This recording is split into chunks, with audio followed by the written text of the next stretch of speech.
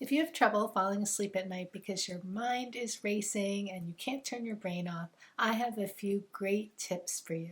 Hi, I'm Angela and welcome to my channel, The Friend in 10. I create videos about how to live a more intentional, authentic, and joyful life. So being able to get a good night's sleep is really dependent on two things. One, you have to calm and relax your mind, and then two, you have to calm and relax your body. And calming your mind is something that you have to do before you go to bed, maybe in the late afternoon or early evening. The tip that's really helped me is to take a sheet of paper or a journal and write the prompt, "I am worried about," and then just let it rip. Just write everything you're thinking of, get it all out of your head.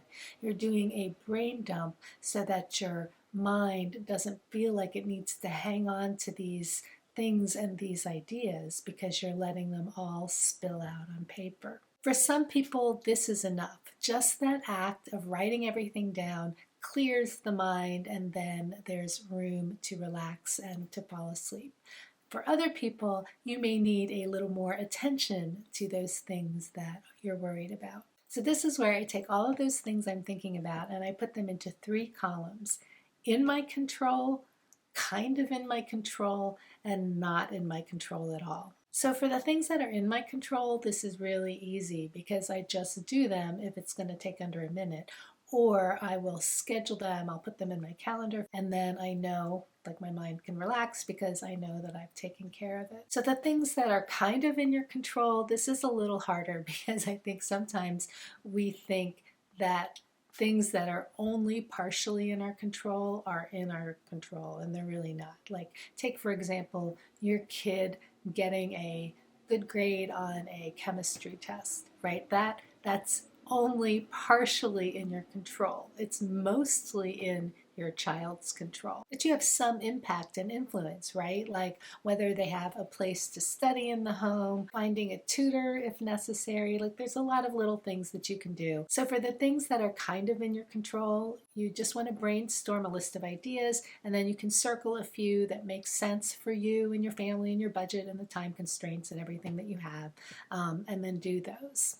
Now, the things that are not in your control is really challenging, and this is where I think a lot of us get stuck because we feel that sense of powerlessness and fear about the things that we really don't have a lot of control over. You can pray about these things if that helps you, or you can give it up to the universe, but the bottom line is that these things are not in your control, and your worrying about them doesn't change that. One thing you can remind yourself is that a lot of the things that we worry about that aren't in our control don't actually happen. It's a small percentage. The other thing that you can remind yourself if this thing happens is that somehow you will get through it. People find deep wells of strength and courage when they really need to. So the next part of getting a good night's sleep is calming your body. And one incredibly effective way to do this is to stretch before bed. Stretching is great because tension, all the things that we experience in the day get built up in our bodies. Like, they get built up in our necks and in our shoulders and in our legs, especially if we're sitting at the computer all day. And doing some yoga, really stretching that out, can help so much. Once I started stretching regularly before I went to bed, I was just amazed at how much easier it was to fall asleep.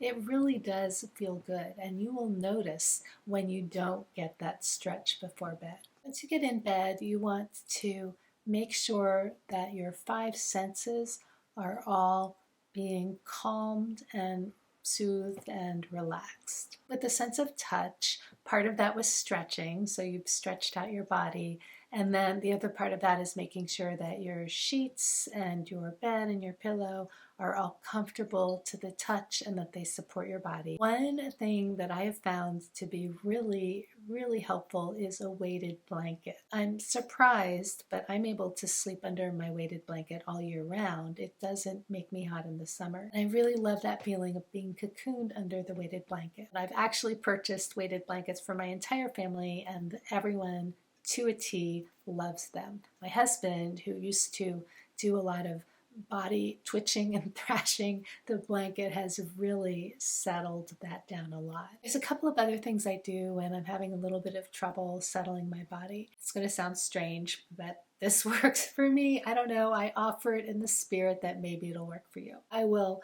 squeeze my arms like this, just going down the arm. And for some reason, that pressure, I don't know, yeah, it's just really relaxing and it helps me a lot. And then I will rub my hands together and sort of generate a little bit of heat. And then I will just place one hand on my stomach and one on my heart. And yeah, I don't know. You have to try it. Let me know how that works for you.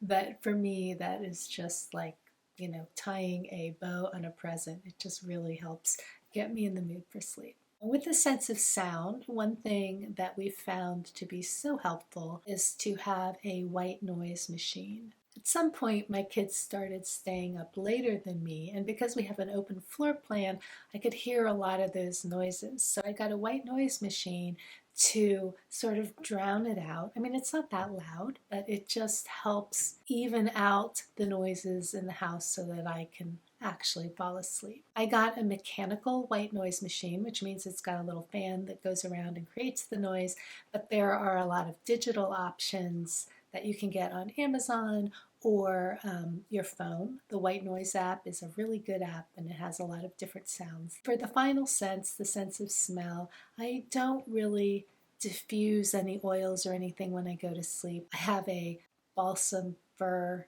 pillow from Maine, and that scent gives me a sense of calm and allows me to relax and fall asleep. And I urge you to experiment with different scents. One thing I did a while ago was I was trying to build a meditation practice, and I didn't get very far. I could never go more than 7 minutes, but I did use a certain fragrance from, I think I used plant therapy oils, and I used a certain fragrance when I was meditating, and I would get myself into a calm, relaxed state. So because I had paired the fragrance with the act of meditating, then later on, if I used that smell, it would also give me a sense of relaxation. Now, while you're focusing on relaxing and calming your body, your mind might try to bring up some anxious thoughts, and that's where you call on the kindest and most compassionate and wise part of yourself, and you basically say, I've got this. Let yourself rest. We handled it. It's okay. Because you know that you've written everything out and that you've paid attention to it. And another little trick is to give your mind a soothing thing to do in bed, like think about something that made you happy during the day or something that you really feel grateful for. Not something that you think you should be grateful for, but something that actually gives you that feeling of gratitude. Or sometimes I'll try to think about something nice or kind that I could do for someone the next day. Usually after I've done all of these things, I'm asleep, but sometimes I'm not. And that's when I will start doing a couple of breathing exercises. There's two that I alternate between. One of them will be I'm going to take 20 really deep belly breaths. Basically, you are breathing in through the nose and letting the breath go all the way to your belly. Don't stop it at the chest. And then very slowly exhaling. And I do that 20 times, and it's very relaxing. And then another breath that I do is when I breathe in through the nose to the count of 4. So it's like 1, 2, 3, 4, and then I hold it for 7. And you'll have this feeling of things kind of building up, and then you exhale very slowly to the count of 8. Let's inhale for 4, hold for 7, and exhale for 8. And this is a really relaxing breath because it kind of captures any lingering tension that might be in your body, and then you exhale it and you really do feel this tremendous sense of relief. So let me know in the comments if any of these tips resonated with you and what you do to help yourself fall asleep. I'll see you next week.